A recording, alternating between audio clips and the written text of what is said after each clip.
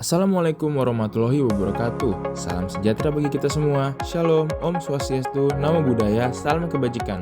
Kami dari Angkatan 21 Kelompok 4, peserta Latsar CPNS tahun 2025 Balai Diklat Keagamaan Medan, akan membawakan video berjudul Analisis Isu Kontemporer. Sebelum kami memulai, izinkan kami memperkenalkan diri terlebih dahulu.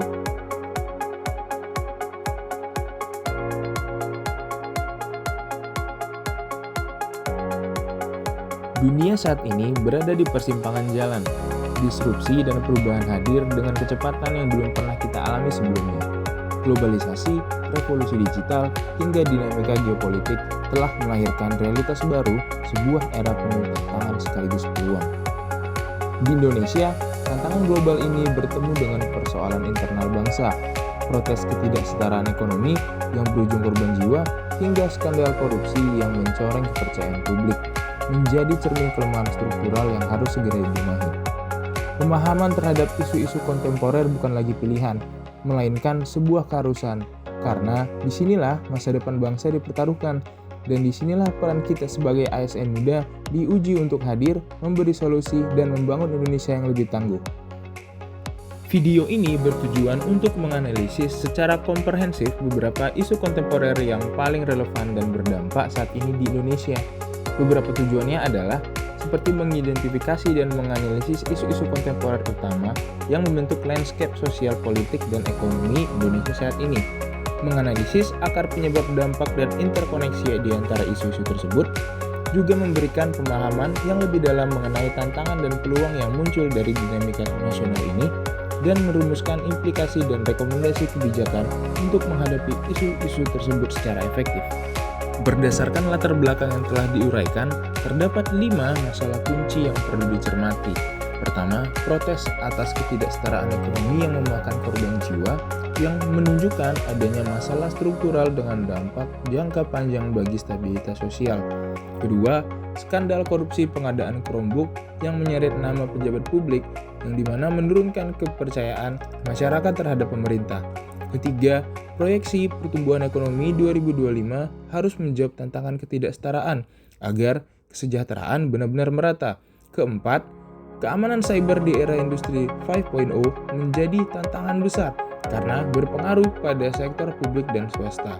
Kelima, kebijakan kenaikan PPN dapat langsung memengaruhi daya beli masyarakat. Semua isu ini menuntut analisis kritis dan solusi nyata demi terwujudnya Indonesia yang adil dan sejahtera.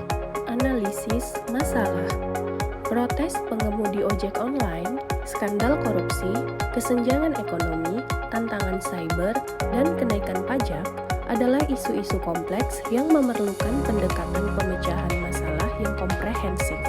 Berikut adalah analisis masalah untuk setiap isu. Isu protes atas ketidaksetaraan ekonomi dan tewasnya pengemudi ojek online saat demo. Untuk isu ini digunakan analisis masalah struktural untuk mengetahui analisa akar masalah yang terjadi sehingga didapatkan teknik pemecahan masalah yang tepat terkait isu ini.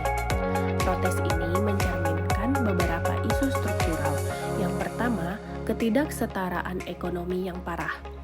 Indonesia seperti banyak negara lain menghadapi kesenjangan pendapatan yang ekstrim. Pengemudi ojek online sebagai bagian dari kelompok berpenghasilan rendah merasa tidak terlindungi dan dieksploitasi oleh sistem ekonomi yang cenderung menguntungkan segelintir elit. Ini menciptakan ketidakpuasan yang mendalam dan memicu konflik sosial. Yang kedua, kegagalan dialog dan representasi. Protes ini terjadi karena saluran komunikasi dan perwakilan yang efektif tidak ada.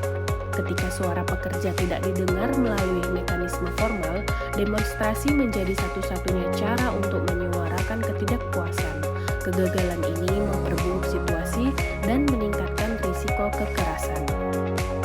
Hasil analisis AKPK menunjukkan bahwa isu ketidaksetaraan ekonomi yang berujung pada tewasnya seorang pengemudi ojek online saat demonstrasi memiliki tingkat urgensi yang sangat tinggi. Dengan total skor rata-rata 4,35 dari 5, isu ini masuk dalam kategori krisis sosial tingkat tinggi. Angka tersebut mencerminkan bahwa persoalan ini bukan sekedar konflik biasa, melainkan masalah struktural yang menyangkut kepentingan publik secara luas, bersifat kompleks, dan berpotensi memicu ketidakstabilan sosial apabila tidak segera ditangani. Isu korupsi pengadaan Google Chromebook. Isu ini mencerminkan beberapa isu struktural, yaitu yang pertama, erosi kepercayaan publik. Kasus dugaan korupsi dalam pengadaan Google Chromebook telah menimbulkan erosi kepercayaan publik yang signifikan terhadap pemerintah, khususnya dalam pengelolaan anggaran pendidikan. Program yang awalnya digadang-gadang sebagai terobosan digitalisasi sekolah berubah menjadi polemik akibat temuan praktik markup harga dan dugaan penyalahgunaan wewenang. Masyarakat mulai meragukan keseriusan pemerintah dalam menyediakan sarana pendidikan yang transparan dan berkualitas. Bahkan muncul persepsi bahwa kepentingan siswa dan guru dikorbankan demi keuntungan segelintir pihak. Lalu yang kedua, hambatan pemberantasan korupsi. Upaya pemberantasan korupsi dalam kasus pengadaan Google Chromebook menghadapi sejumlah hambatan yang cukup kompleks. Pertama, proses pengadaan barang dan jasa pemerintah masih rentan terhadap praktik kolusi dan markup karena lemahnya transparansi sejak tahap perencanaan hingga evaluasi. Kedua, mekanisme pengawasan internal seringkali tidak berjalan efektif akibat keterbatasan sumber daya, lemahnya koordinasi antar instansi, serta adanya potensi konflik kepentingan dari pihak yang seharusnya mengawasi. Berdasarkan analisis AKPK, isu korupsi pengadaan Google Chromebook mendapatkan skor rata-rata 3,5 dari 5 yang menunjukkan level risiko kepercayaan menengah ke tinggi. Skor ini menunjukkan bahwa permasalahan tersebut nyata terjadi dan mendapat sorotan publik, menyangkut kepentingan masyarakat luas, khususnya di sektor pendidikan, serta menimbulkan problematika serius berupa pemborosan anggaran dan potensi menurunnya mutu program digitalisasi sekolah. Isu berikutnya adalah isu pertumbuhan ekonomi dan kesejahteraan merata. Isu ini menunjukkan bahwa pertumbuhan ekonomi belum merata. Banyak yang belum merasakan manfaat karena keterbatasan lapangan kerja dan akses layanan. Ini merupakan isu penting untuk kesejahteraan inklusif. Dari analisis 4 dimensi AKPK yang merupakan aktualitas, kekalayakan, problematik, dan kelayakan, isu ketimpangan mendapat skor rata-rata 3,45, yang berarti isu ini merupakan isu yang penting dan relevan, akan tetapi persepsi publik masih rendah. Isu berikutnya adalah tantangan keamanan cyber. Dari slide ini kita bisa lihat analisa masalah yang terjadi. Kita dapat menyimpulkan bahwa serangan cyber makin kompleks, talenta dan regulasi belum siap, sehingga kita perlu meningkatkan sistem keamanan digital. Berdasarkan analisa AKPK, isu keamanan cyber di era industri 5.0 memiliki skor 3,35, yang dapat kita simpulkan bahwa ancaman sangat nyata, akan tetapi perhatian publik masih rendah, sehingga perlu direspon lebih serius oleh pemerintah, sektor swasta, dan masyarakat umum. Isu terakhir adalah kenaikan pajak dan dampak terhadap daya beli. Analisa masalahnya dapat kita lihat bahwa kenaikan PPN bisa berdampak regresif, yang berarti lebih membebani masyarakat kecil, yang menyebabkan daya beli turun, konsumsi tertahan, dan sektor bisnis ikut terdampak. Kebijakan pajak perlu dikelola dengan hati-hati agar tidak memperbesar ketimpangan. Perlu keseimbangan antara peningkatan pendapatan negara dan perlindungan konsumsi masyarakat. Berdasarkan analisis AKPK, isu kenaikan PPN mendapat skor rata-rata 3,1 dari 5. Dari sisi aktual, isu ini cukup nyata, meski belum terlalu menonjol di masyarakat. Namun, dari sisi problematik, nilainya cukup tinggi, yaitu 3,6, yang berarti PPN benar-benar menimbulkan masalah serius. Menariknya, dari sisi kelayakan, isu ini mendapat skor 3,8. Artinya, isu ini sangat mungkin dijadikan prioritas untuk ditindaklanjuti. Secara keseluruhan, isu PPN ini tergolong potensial dengan efek jangka menengah terhadap daya beli masyarakat. Selanjutnya, kita akan menilai setiap isu berdasarkan 3 aspek penting, yaitu urgensi, seriousness, dan growth.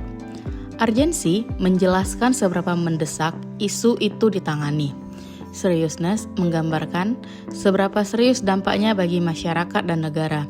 Sementara growth menunjukkan potensi perkembangan isu tersebut di masa depan. Dengan 3 indikator ini, kita bisa lebih objektif dalam menentukan prioritas isu. Jika kita bandingkan, isu ketidaksetaraan dan kasus ojek online mendapat skor paling tinggi, yaitu 5 untuk semua aspek. Artinya, ini adalah isu yang paling mendesak, serius, sekaligus berpotensi terus berkembang. Sementara itu, skandal korupsi Google Chromebook mendapat skor 4. Secara rata-rata, isu ini serius dan mendesak. Namun, potensi pertumbuhannya tidak sebesar isu ojek online. Sedangkan proyeksi ekonomi 2025 dan ketimpangan mendapat skor 4,3. Meski urgensinya tidak sebesar yang lain, tapi dampaknya serius dan berpotensi besar di masa depan. Jadi, dari sini terlihat jelas bahwa isu ojek online harus menjadi prioritas utama. Diikuti isu ekonomi jangka panjang dan skandal Chromebook sebagai isu kepercayaan publik. Dari penilaian yang sudah kita lakukan, akhirnya kita menentukan 3 prioritas utama. Pertama, isu ketidaksetaraan dan kasus ojek online menjadi prioritas utama karena sifatnya mendesak dan menyentuh kehidupan sehari-hari masyarakat. Kedua, proyeksi ekonomi 2025 dan ketimpangan yang penting untuk strategi jangka menengah hingga panjang. Dan ketiga, skandal Google Chromebook yang meskipun sifatnya lebih spesifik, tapi menyangkut kepercayaan publik sehingga perlu respon yang cepat. Dengan prioritas ini, kita bisa lebih fokus dalam menentukan langkah tindak lanjut. Kalau kita lihat dari diagram ini, demo ojek online tidak muncul begitu saja, tapi merupakan hasil dari banyak faktor yang saling berkaitan. Pertama, ketimpangan ekonomi. Pendapatan rendah sementara biaya hidup terus meningkat. Kedua, sistem kerja yang eksploitatif, tanpa jaminan sosial dan imbalan yang jelas. Ketiga, lemahnya kebijakan pemerintah karena regulasi belum jelas dan pengawasan terbatas. Ditambah lagi, respon DPR yang minim, aksi massa sering diabaikan tanpa dialog terbuka. Semua ini melahirkan rasa ketidakadilan sosial yang pada akhirnya bisa menjadi ancaman stabilitas sosial. Dan puncaknya, terjadilah demo ketimpangan ekonomi yang berujung pada kasus tewasnya pengemudi ojol. Gagasan dan solusi dari analisis isu kontemporer ini yang pertama yaitu reformasi regulasi gig ekonomi, yang kedua dialog DPR, pemerintah, dan perusahaan aplikasi, yang ketiga tarif dan insentif yang adil, yang keempat yaitu perluasan jaminan sosial pekerja informal, yang kelima SOP pengamanan demo berbasis HAM, yang keenam yaitu investigasi independen dan kompensasi korban, dan yang terakhir strategi jangka panjang untuk mengurangi ketimpangan. Kesimpulan dari analisis isu kontemporer ini yaitu isu-isu kontemporer mencerminkan masalah struktural serius. Yang pertama yaitu ketimpangan sosial ekonomi, yang kedua korupsi dan lemahnya akuntabilitas, yang ketiga tantangan keamanan cyber, dan yang keempat dampak regresif kebijakan pajak. Jika ini tidak ditangani secara sistematik, maka yang terjadi yaitu risiko krisis sosial dan erosi kepercayaan publik. Rekomendasi yang dapat dilakukan yaitu yang pertama regulasi pekerja digital dan informal, yang kedua transparansi dan akuntabilitas pemerintah, yang ketiga pertumbuhan ekonomi inklusif, yang keempat penguatan keamanan cyber nasional, yang kelima kebijakan pajak adil dan berkeadilan sosial, yang keenam dialog sosial DPR dan pemerintah, dan yang ketujuh keadilan restoratif untuk korban. Sekian video analisis isu kontemporer dari kami kelompok 4 angkatan 21. Terima kasih. Wassalamualaikum warahmatullahi wabarakatuh.